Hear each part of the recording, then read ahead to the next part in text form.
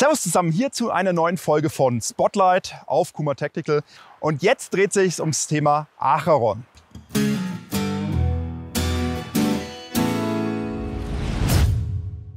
Wir haben euch im letzten Video ja schon vorgestellt, die CSW von LMT mit dem in der Schweiz gefertigten Acheron-Schalldämpfer, der hier integral eingebaut worden ist. Natürlich bauen die nicht nur den Schalldämpfer für die CSW und für die MDR, weil ist ja blöd, wenn man nur Schalldämpfer für ein Gewehr baut, sondern die bringen jetzt auch demnächst nach und nach Schalldämpfer auf den Markt, die eben sich auf jedes Gewehr montieren lassen oder auf die meisten Gewehre zum Beispiel. Wir haben hier zum Beispiel den Speer E1. Das ist ein QD-Schalldämpfer, der extra für 300 Blackout optimiert worden ist. Der hat ein paar lustige Features, fangen wir mal vorne an. Der hat vorne einen Flashhider aufgesetzt, also so eine Art kleinen 3-Prong-Flashhider, der eben beim Verbrennen des Sauerstoffs im Schalldämpfer den Mündungsblitz reduzieren soll. Also beim ersten Schuss eines Schalldämpfers oder dem ersten Schuss einer Serie verbrennt immer Sauerstoff im Schalldämpfer. Das gibt einen relativ großen Mündungsblitz vor dem Schalldämpfer und das wird durch den Flashhider hier reguliert. Ein zweites Feature ist, dass wir hier ein kleines Teil zum Abschrauben haben. Das ist auch nicht schlecht, weil wir haben darunter einen Bereich, wo man mit einer Zange oder einem großen Schraubenschlüssel angreifen kann, um den Schalldämpfer auch im Zweifelsfall von der Waffe wieder runterzubringen. Unterm Schalldämpfer finden wir hier auch von Acheron einen Mündungsaufsatz, einen 3-Prong-Flashhider, der hier einen kleinen Konus hat und danach das Gewinde. Dieser Konus spiegelt sich auch im Schalldämpfer wieder und wenn man die ganzen eben miteinander verschraubt, presst sich dieser Konus im Schalldämpfer. Das richtet einmal den Schalldämpfer aus und zum anderen sorgt es auch dafür, dass weniger Schmauch und weniger Carbon eben zum Gewinde vordringen kann und der Schalldämpfer deswegen sehr, sehr schwer festbacken kann. Wir erinnern uns, wir haben hier trotzdem so eine Angriffsfläche, mit dem man den Schalldämpfer auch effektiv mit Gewalt vom Flashhider wieder runtergehen bekommen sollte, wenn er doch mal festgebacken werden sollte, weil auch, also der Konus ist super, aber auch der hilft nicht, wenn man 500 Schuss in Folge durchgejagt hat.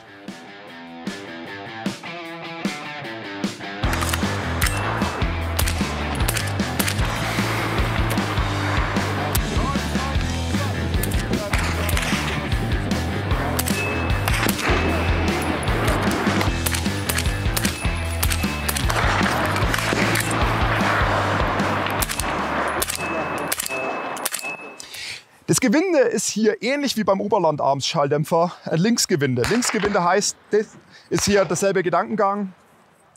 Der Lauf hat einen Rechtsstrahl, also sprich die Bewegung findet im rechten, also in einer Rechtsdrehung statt. Der Schalldämpfer wird aber linksrum aufgeschraubt. So kann er sich eben nicht losschrauben beim Schießen. Es wird diesen Schalldämpfer auch noch als eine 308-Variante und als eine 223-Variante bzw. 556 und 762 Variante geben, extra für die großen Gewehrkaliber. Die sind intern teilweise etwas anders aufgebaut, optimiert auf die Kaliber. Grundsätzlich der Schalldämpfer ist aus Edelstahl gefertigt, ist im Segment miteinander verschweißt, ist deswegen sehr robust und auch sehr hitzebeständig. Also bei dem braucht man sich echt keine Sorgen machen, den Schalldämpfer auch mal glühend heiß zu schießen. Etwas anders schaut es hier aus mit diesem kleinen Schalldämpfer. Das ist der 9 mm Schalldämpfer, der Erlkönig 9 mm Schalldämpfer eben für MP5 Aufsätze. Also der ist für den sogenannten für die sogenannte 3-Prong-Schnittstelle. Den kann man einfach auf die MP5 vorne draufstrecken, mit Druck ein bisschen reinschieben, einmal drehen, rausploppen lassen und der ist fest. Kann man so auf jede normale MP5 draufbringen oder auf die meisten 9 mm Waffen von B&T. Oder wenn man eben sich zum Beispiel einen Adapter von B&T oder von Amstead Arms eben kauft, kann man das auch auf die meisten anderen Waffen im Kaliber 9 mm, zum Beispiel einen Unterhebelrapetierer in 357 Magnum, kann man den dann auch aufsetzen. Der große Unterschied ist sehr, dass wir hier einen Aluminiumdämpfer haben, den man zerlegen kann. Also unten über das Gewinde kann man ihn öffnen, die Segmente rausnehmen zum Reinigen. Der ist aus einem sehr festen und sehr hitzebeständigen Aluminium gefertigt, ist eher ein bisschen Richtung Benutzerfreundlichkeit eben optimiert und halt so an der Leistungsgrenze 9 mm. Jetzt werden einige sagen, ja, warum hat man nicht auch hier Stahl genommen? Ja, der Entwickler begründet das Ganze damit eben, dass er sagt, das ist bei 9 mm einfach nicht nötig. Kann man machen, muss man aber nicht. Und bei einer kleinen, kompakten Waffe wie einer MP5 ist es halt einfach ein bisschen overpowered, einen langen, großen Stahlschalldämpfer dran zu bauen. Eine häufige Frage ist zum Beispiel beim MDR-Schalldämpfer, beim MDR E4-Schalldämpfer. Kann ich den auch auf andere Waffen draufbauen? Ja klar, geht eigentlich auf jede Waffe, die ein 5/8 x 24 TPI-Gewinde hat oder ein 1,5 x 20 TPI-Gewinde. Überhaupt kein Problem, kann man machen. das Wichtige ist halt, dass man genug Lauf übrig hat, um das Overbarrel eben auszugleichen. Der ist halt für die MDR entwickelt, genauso, dass er in den Handguard reinpasst, genauso, dass er bis zur Gasabnahme fast hintergeht. Aber er passt natürlich auf jeden anderen Halbautomaten auch drauf.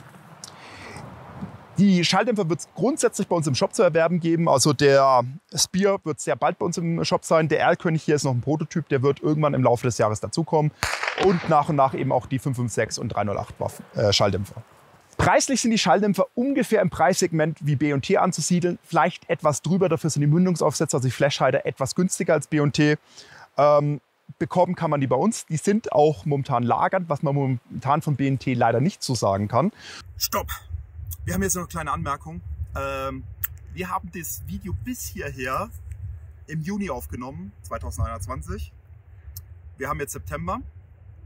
Und Acheron hat schon wieder 2 neue Schalldämpfer rausgebracht, beziehungsweise Prototypen, die jetzt in Serie gehen. Also die sind jetzt schon fix und fertig. Und die wollen wir uns natürlich auch nochmal anschauen. Und da haben wir hier den Erlkönig 9x19 für Kurzwaffen. Und wir haben hier Librarian. Ich schätze mal, das heißt Bibliothekar. Kaliber 22 Schalldämpfer für Kurzwaffen. Oder auch Kaliber 22 Gewehre mit Voreintrag natürlich, weil es ja Brandfeuer.